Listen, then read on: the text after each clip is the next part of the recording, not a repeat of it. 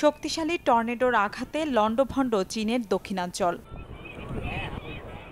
স্থানীয় সময় শনিবার বিকেলে দেশটির বাণিজ্যিক কেন্দ্রভূমি হিসেবে পরিচিত গুয়াংঝু প্রদেশের বাইজুনে এ টর্নেডো আঘাত হানে, যাতে কয়েকজনের মৃত্যুর খবর পাওয়া গেছে। এছাড়া নিখোঁজ রয়েছেন আরও প্রায় অর্ধ শতাধিক।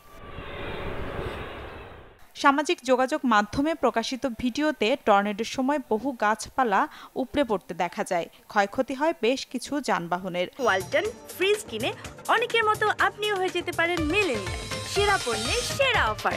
দিনের মধ্যভাগেই কালো আকার ধারণ করে আকাশ। রাতেই ঘটনাস্থলে উদ্ধারকর্মী, স্বাস্থ্যকর্মী ও ফায়ার সার্ভিসের কর্মীদের পাঠায় প্রশাসন। স্থানীয় বাসিন্দাদের সহযোগিতায় চলে তল্লাশি ও উদ্ধার অভিযান। আহতদের পাঠানো হয় বিভিন্ন হাসপাতালে। অঞ্চলটিতে 1 কোটির বেশি মানুষের বসবাস, রয়েছে কয়েক হাজার কারখানা। টর্নেডোর কারণে ক্ষয়ক্ষতির কবলে পড়ে অন্তত 140টি কারখানা। চলতি সপ্তাহের শুরুর দিকে গুয়াংডু প্রদেশে ভারী বৃষ্টিপাত ও ভয়াবহ বন্যায় 4 জনের মৃত্যুর খবর পাওয়া গেছে।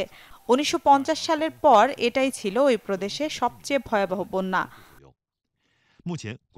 চীনের টর্নেডো খুব একটা দেখা যায় না, তবে গত বছরের সেপ্টেম্বরে দেশটির পূর্বাঞ্চলীয় জিয়াংশু প্রদেশের সুকিয়ানে টর্নেডোর আঘাতে 10 জনের মৃত্যু হয়। এছাড়া 2021 সালে একদিনে 2টি টর্নেডো আঘাত হানলে উহান শহরে 8 জন সহ মোট 12 জনের মৃত্যু হয়। মিলা খন্দকার, চ্যানেল 24।